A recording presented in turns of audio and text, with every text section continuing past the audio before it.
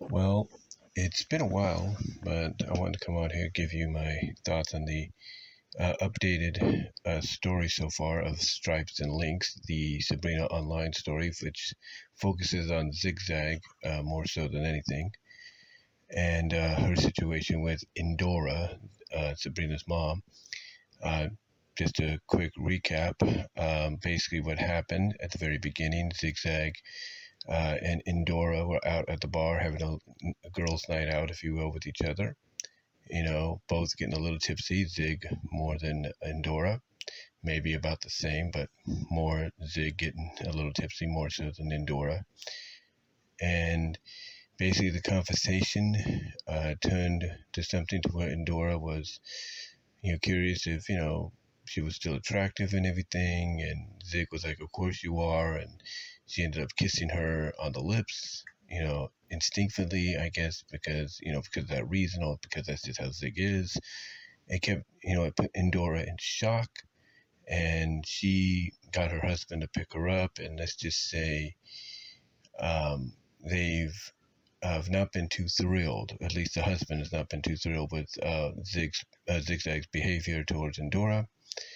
And Sabrina went and found out exactly what happened, found out the truth from Zigzag. Zigzag basically explained, hey, look, it was out of context. I didn't mean for it to happen. It just happened. We were both a little buzzed. And, I just, did something I regret, and, and the credit to her is she stopped herself. She kind of like stopped herself, right mid kiss. And it's like, oh, shoot, I shouldn't have done that. But it's, it was done in a way that kept Indora shocked. And so what's happened is after that, Sabrina, getting the truth, getting the full story, basically went to kind of explain to her parents exactly what happened. And Zig tried to also talk to the parents. But again, Indora's husband, in this case, is not having any of it. But Indora has not really said too much. But I guess, Sabrina telling them what she found out, is not, set well with the father. But again, Indora has not, has not said anything herself. And, there's still something there that a lot of folks are wondering, we wonder if maybe Indora has a secret past that maybe she's trying to avoid discussing because, she's initially, was in shock when it happened. Like, maybe it triggered something in her that she wants to forget about, maybe a side of herself she wants to forget about. And, that's why the way she's acting, that's why she's acting the way she is. She doesn't want to talk too much about it because she might talk about what happened in her past. So Zigzag basically appreciating Sabrina trying to at least explain to her parents exactly, from Zigzag's side of things what happened and all that, try to rebuild that bridge before it burns. Zigzag decides to go see an old psychiatrist that she was recommended to when she was going to her anger management in an earlier story, which was part of the whole Zigzag going after people that hurt her friends or tried to hurt her, verbally, if not physically. Her with the psychiatrist is due to this mugger who, in an earlier story, tried to hurt Sabrina, tried to kill her, but was unsuccessful. But because Zigzag got to him and attacked him, she had to go take anger management classes via the court. And well, not just anger management classes, but also see the psychiatrist. And she became very friendly, let's just say, in a non-patient, non-psychiatrist kind of manner. Very friendly, from her point of view, with this doctor who is based off, believe it or not, Eric W. Shorts himself, as far as we know. But anyway, she became very friendly with the psychiatrist, so opening up to him about her past and everything. And let's just say things got a little bit more intimate over time. So basically, because of the fact that the relationship was kind of like going beyond patient and psychiatrist, he couldn't, really see her that much anymore on that patient psychiatrist like level. And that was a vibration notification. I do apologize for that, folks. But anyway, he basically made it be known that they could still see each other, but not on the psychiatrist, psychiatrist patient level. So what happened is she decided to go to him, but do it in a way to where she made it, feel like and look like it was, unscheduled, just two friends chatting and all that. And this is where she kind of, finds out, courtesy of her friend, the psychiatrist friend, she kind of finds out that, oh, maybe maybe there's something in my past that I need to confront. I need to look into to find out why I did what I did with Endora. So what's happened is she's going to be going on. So what happened is she talks this out with the psychiatrist friend.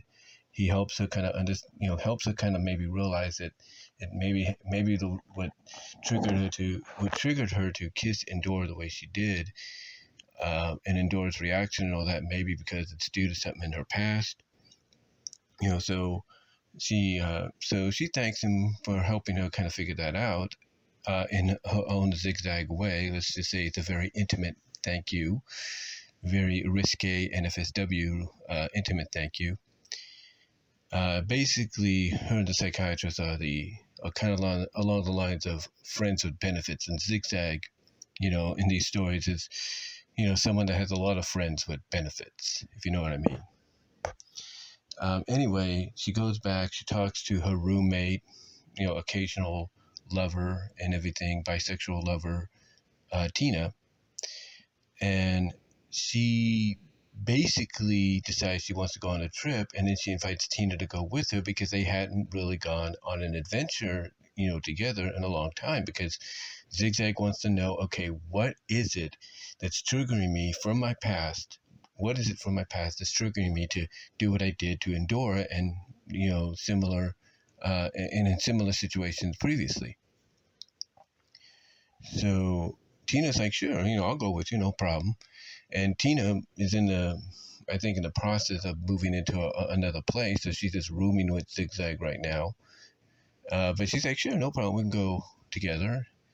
And that's what leads us into the more recent chapters where, they both talk about how long it's been since they've had an adventure just between them, a personal adventure between the two of them. And what this leads to is a flashback. This leads to a flashback, believe it or not, between Tina and Zigzag, and we find out that it was Tina who worked for another adult a pornographic studio that had gone to a strip club where Zigzag was working as a strip dancer, as a lap dancer, and all that, if not more. It's basically one of those strip clubs out there to where, you get to see the women do the thing, and then if you pay an extra amount or make an appointment, paying it, for an extra amount of fee, you can have interactivity. You can have some very intimate activity with said women. And basically, Tina goes in there in this flashback as a recruiter for the studio she's working at, and she talks to the guy in charge, and to set up a meeting between her and Zigzag.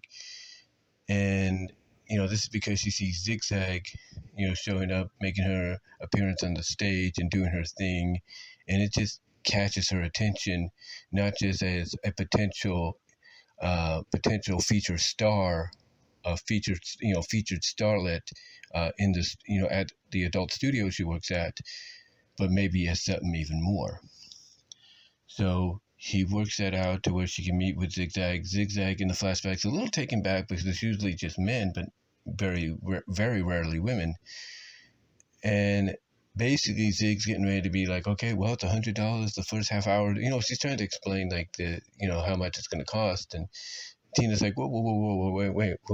Before you rush into things, I'm only here to talk. I just want to talk with you. And Tina in the flashbacks explains who she is, who she works for, and wants to offer Zigzag a job. And Zig's like, hey, that's pretty cool. Oh, that sounds good. And then it's during this conversation that Zig Zag recognized Tina as one of the stars from the adult studio she's recruiting Zig Zag for, under another name she goes by, which is I think Desiree Furline, or Furline, if you will. And basically, Tina again's like, yeah, that's who I go by, and everything when I'm on screen. But again, she's there to talk, and she wants to offer an opportunity. And Zig's like, well, I'll make some good money here. And she's like, okay, no problem, but hey, just consider it, just think about it. And she hands her the card and everything, and basically Zigzag says something along the lines of, wow, this is better than I guess this is better than doing the thing, with somebody that pays me extra money to, have the moment. And Tina's like, well, can't we, well, I think Tina says something along the lines of, well, who's to say we can't do that either? And basically she's saying, hey, I'm not only am I giving you my business card and the opportunity to think about this new venture you could take in your career in a more safer, cleaner, sanitized environment and everything. And she pretty much, emphasizes that that's the kind of place that Zig Zag would be working at. But the pay would be a little bit more. The pay would be a lot more, a lot more better. So again, Zig's positively taken back by that, like, oh, okay, cool and everything. And she's like, huh. And I thought I was just about to give, intimacy, like I would usually get paid for. And Tina, again, is like, well, we can't let that go to waste now, can we? Doesn't mean we can't do that, if you will. And basically they do end up doing the deed with each other, which begins their little relationship. And then as we flash forward back to the present, basically Tina's like, like, how long did it take for you to, oh, not Tina, I think Zig Zag or some says, how long did it take for me to get back to you? And oh, no, it was Tina. It was Tina actually that said, I asked the question, how long did it take for me to get back to you? And Zig Zag's like, what, about a week and a half or something? No, it was actually Zig Zag. I'm trying to think about it without looking it up. But yeah, Zig Zag asked her, like, how long did it take for me to get back to you after that?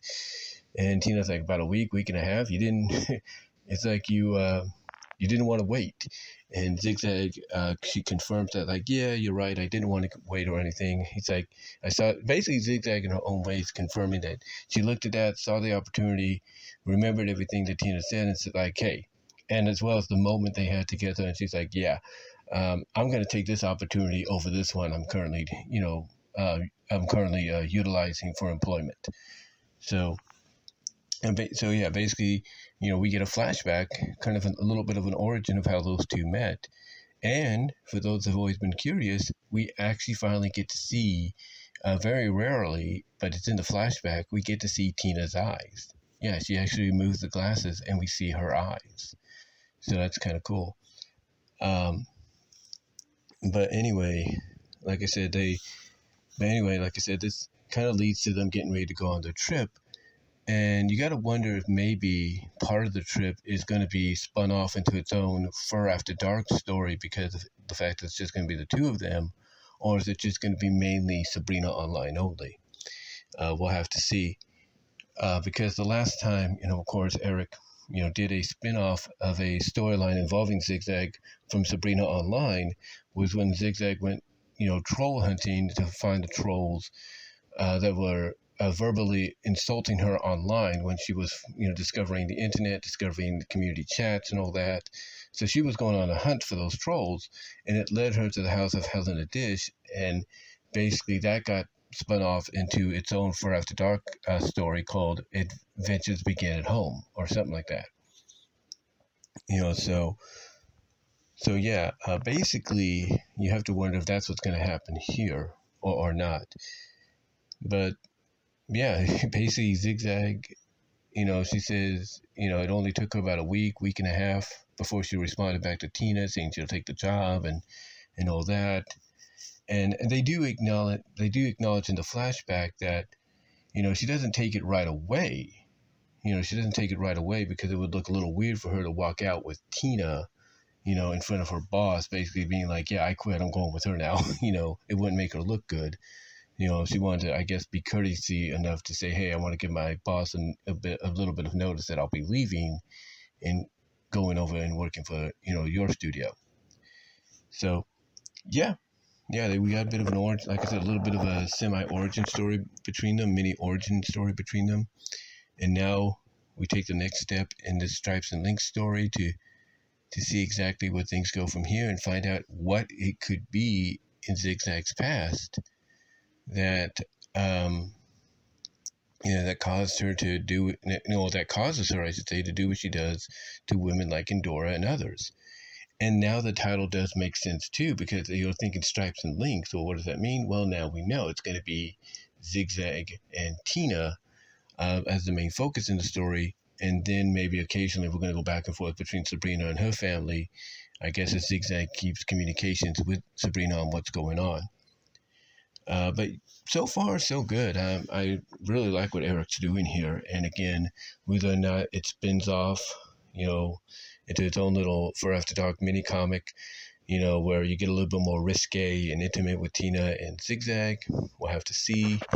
Again, a lot of folks are very curious and theorizing on Endora herself. Like, it was Zig Zag that basically stopped herself mid kiss, and not Endora. Endora didn't say anything; she was just in shock. So people have been speculating that Endora might have a past that she's not letting on, and maybe that's why she was in shock, because again, maybe that triggered something in her memories about things she did before she met her husband.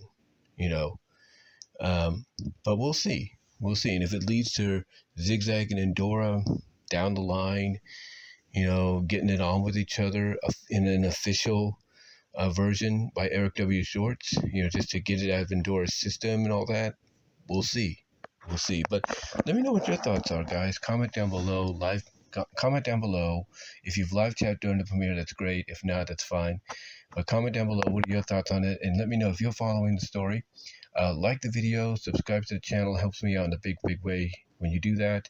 Also, check out my Teespring store. Link is in the description. You can get merchandise there you can't get anywhere else. So let's check out the links to where you can find my content elsewhere. But guys, let me know what your thoughts are on the Stripes and Links story so far. Sabrina-Online by Eric W. Shorts. I'd love to hear your theories on what you think is going to happen, overall. And until then, I'm out.